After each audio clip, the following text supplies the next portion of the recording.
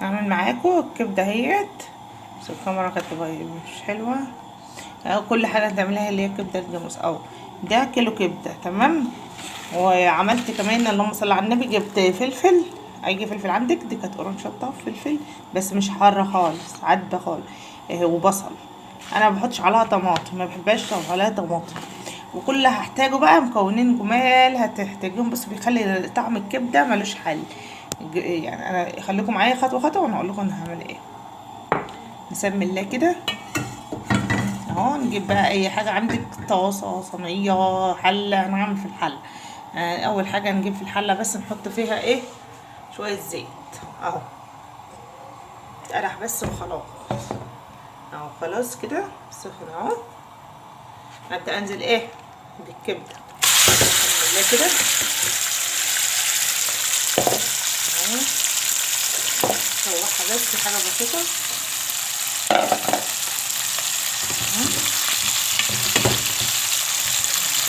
ساعة بتاخد بس اللون اللي هو البني ده، هتقومي ايه اقولك تعملي فيها ايه، واحده واحده مع بعض.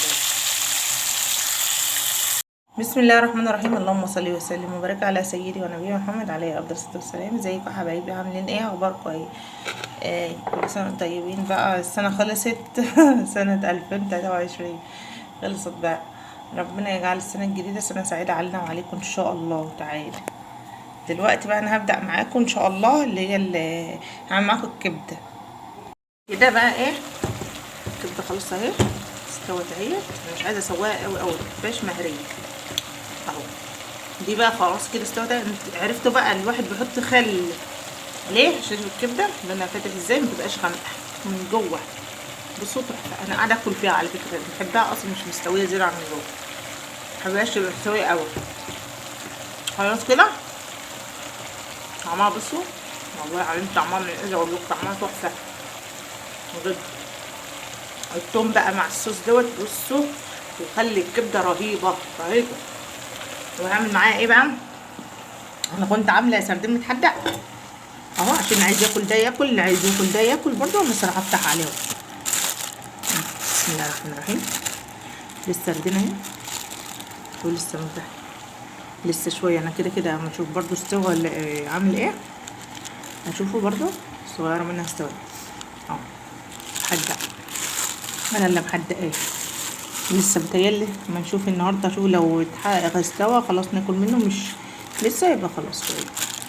وهعمل معاه بطاطس بقى، واعملي بقى تعملي معاها بطاطس، حبه سلطه، سلطه خضراء، اي حاجه انت بتحبيها اعمليها معاها. وممكن تاكل كده على طول بعيش، ممكن تاكلوها انت وتعملوا مكرونه، طبق مكرونه وتاكلوا بها المكرونه على الكبده، اي حاجه. بصوا بالف هنا وشفا يا رب. كيلو الكبده طبعا انتوا عارفين الاسعار الكبده ما شاء الله. ده الكبده اللي هي المستورده بيقول لك ب 100 جنيه، يعني مش عارفه والله. قلت بقى 100 ب 100 بقى نجيب كيلو نضيفه بقى، حتى ضامنين الاكله اللي احنا هناكل ولا ايه. جايباها ب 160 جنيه الكيلو ده. يلا بالف هنا وشفا يا رب. كده الفيديو خلص معاكم. ما تنسونيش بقى في اللايك بالله عليكم، عشان اللايك بيرفع الفيديو. السلام عليكم ورحمه الله وبركاته. اهو هعمل ايه خلاص كده. لا لسه انا مش عايزه البصل يتهري قوي قوي ولا الفلفل. كل اللي عليك هتعملي زي بايه.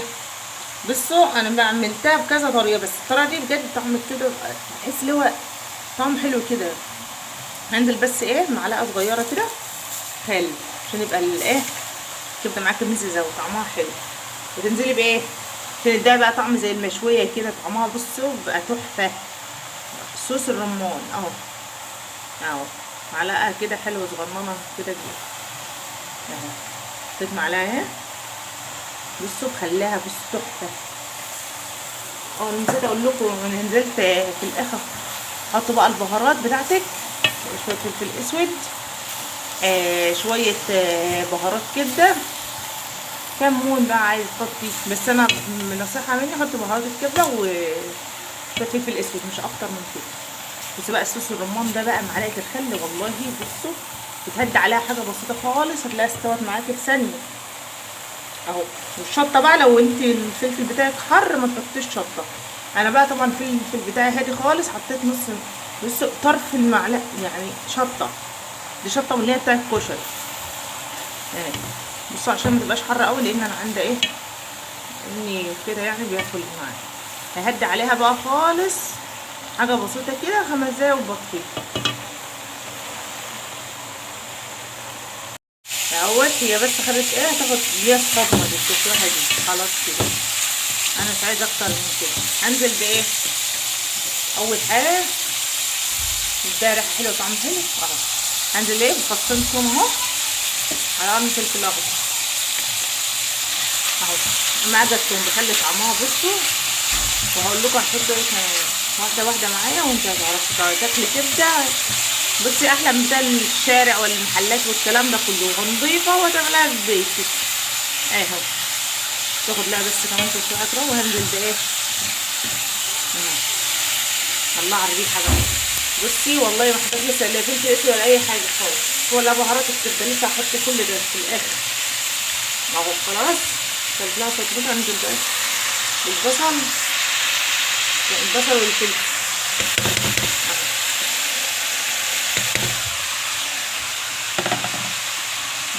شفتوها تخليها بقى تفتحها. اقول لك تعملي ايه بقى كمان. الكبده دي بتاخد منك 5 دقايق يعني. كل الحكايه تغلق نص ساعه يعني او تلت ساعه، عشان الكبده تستوي معاك وتبقى طعمها حلو اهوت. هي بس خدت ايه، هتاخد ليها الصدمه دي التفاحه دي خلاص كده.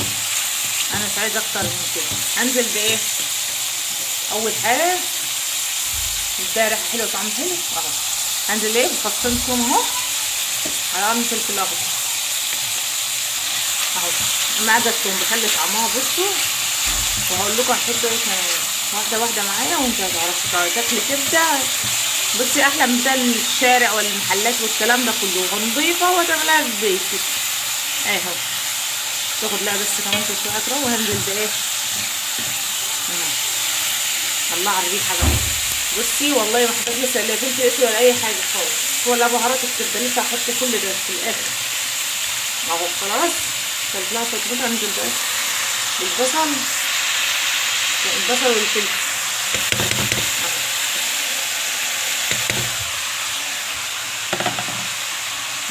شفتوها تخليها بقى تفتحها. اقول لك تعملي ايه بقى كمان. الكبده دي بتاخد منك 5 دقايق يعني. كل الحكايه تغلق نص ساعه يعني او تلت ساعه، عشان الكبده تستوي معاك وتبقى طعمها حلو